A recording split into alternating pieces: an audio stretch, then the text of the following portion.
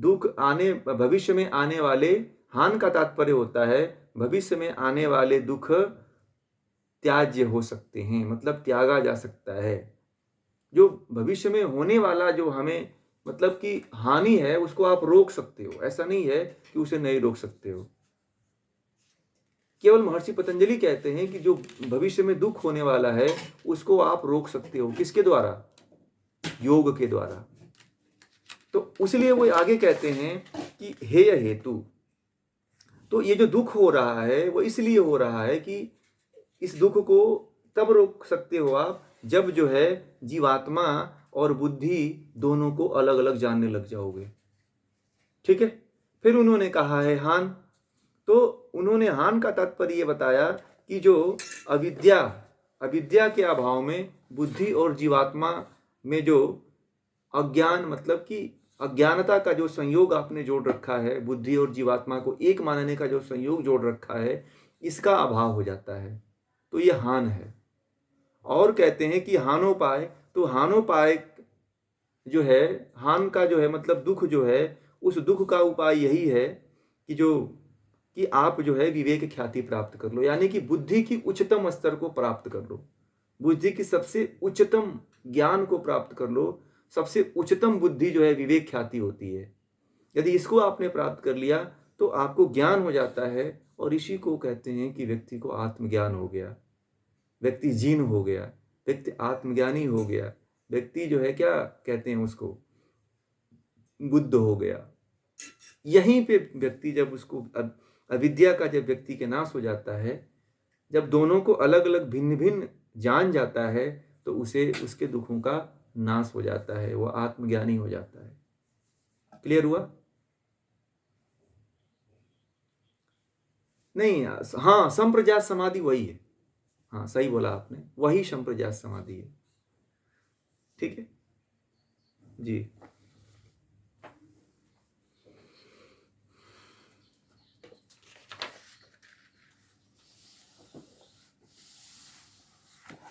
ये ये भी तीन कर्म, ये कर्मों के ये तो कर्म के तीन अच्छे और बुरे रूप से प्रकार हैं।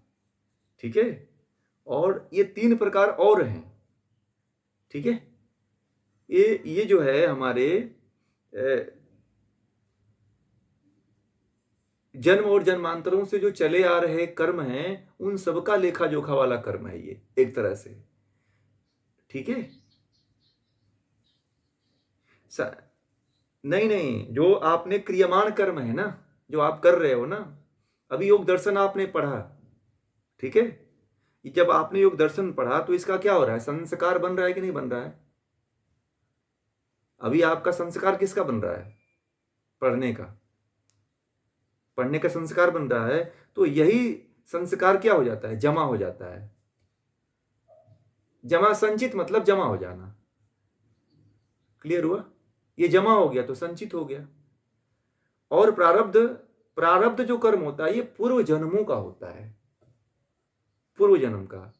जो आपके जन्म हो चुके, आपने पूर्व जन्म, पिछले जन्म में आपने क्या किया है, सुख दुख रूपी जो कर्म, हाँ, वो जो जन्म लिया है उसका जो आपको फल जो भोगना पड़ता है उसे प्रारब्ध कर्म कहते हैं। जैसे नहीं कहते हैं आपने यहाँ पे बहुत अच्छा इस जीवन में बहुत अच्छा जीवन जिया आपने, तो लोग ये कह देते हैं कि जब व्यक्ति कोई एक्सीडेंट से मर जाता है तो लोग कहते हैं कि अरे इसका प्रारब्ध ऐसा था।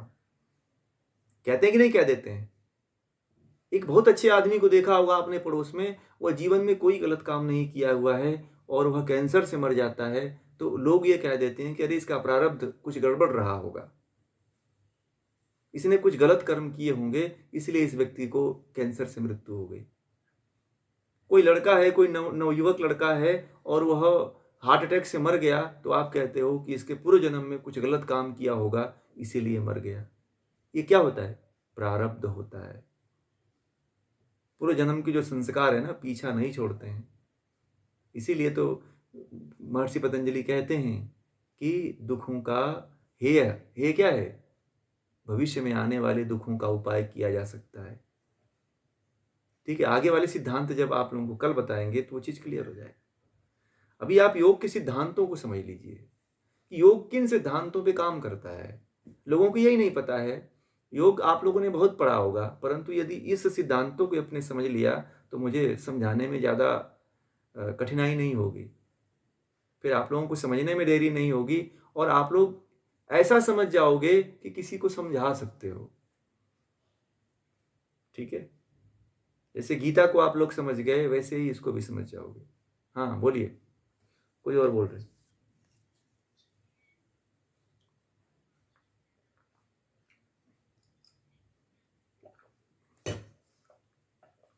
तन्मात्राएं ना लिखा आपने, पंच तन्मात्राएं, शब्द, शब्द, हाँ शब्द, रूप, रस, गंध। शब्द, स्पर्श, रूप, रस, गंध।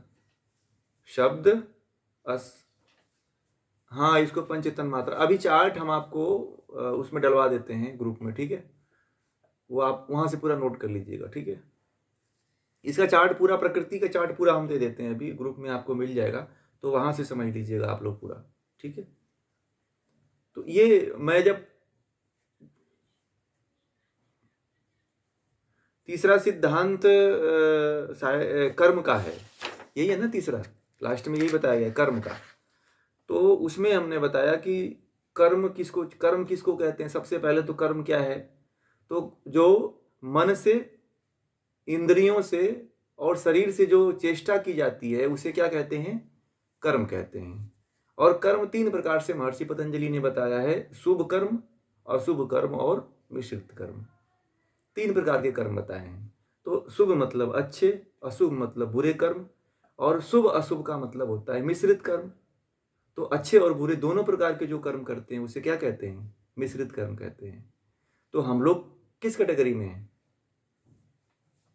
शुभ और अशुभ दोनों तरह के कर्म करते हैं। कभी कभी अच्छा भी कर देते हैं, कभी बुरा भी कर देते हैं। और एक कर्म की और परिभाषा उन्होंने बताया, एक ये तो तीन प्रकार का अलग हो गया, परंतु तीन प्रकार के और भी कर्म होते हैं जो हम वर्तमान में करते हैं, उसे क्रियमाण कर्म कहते हैं। जो अभी कर रहे हैं, जो अभी आप जो कर रहे हो, जो पढ़ रहे हो, ये कर्म हो रहा है।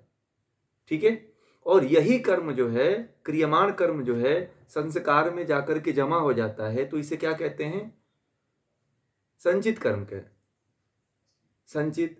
और जो पूर्व जन्म के जो कर्म है, जो आपने पूर्व जन्म में, हमें भी नहीं पता है, वो तो आप अब ईश्वर ही जानता है उसको, मैं उसको नहीं बता सकता कि आपने पूर्व जन्म में क्या किया है और क्या आपको फल मिलेगा। वो तो जब आपको फल मिलेगा तो आप जानना।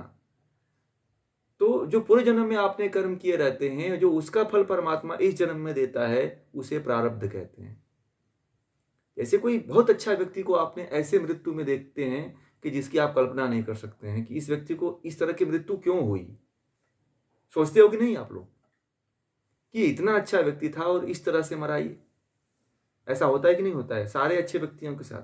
आदि शंकराचार्य पता है भगंदर से मर गए, इसलिए मर गए कि उनके प्रारब्ध कुछ ऐसे रहे होंगे पूर्व जन्म के, इसलिए वैसे मृत्यु उनकी हो गई। तो ये प्रारब्ध कर्म होते हैं। तो कर्म इस तरह से समझिएगा। ठीक है, इतना क्लियर हुआ? क्लियर हुआ ना? तो इस तरह से जो है, जिनको समझ में नहीं आएगा वो हमें बताएंगे। पढ़ने का तरीका यही है कि आप यहीं पे क्लियर करते चलो, नहीं तो अपने से आप क्लियर नहीं कर पाओगे। कुणाल जी समझ में आ रहा है आपको? कुणाल जी है ना?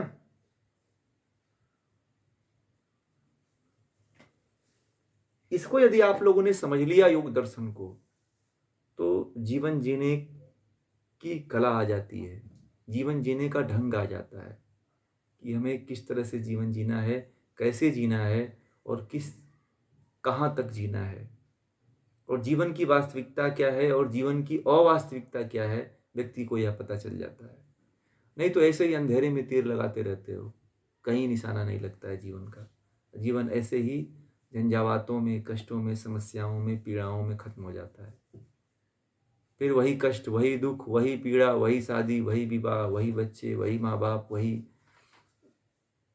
समाज के दर्द, पीड़ा, असहाय, दुख, रुपया, पैसा, इन्हीं सब में जिंदगी खत्म हो जाती है, मिलता कुछ नहीं है। हमें जो है योग दर्शन पढ़ते पढ़ते आगे आने वाले जीवन कल बताएंगे उस सिद्धांत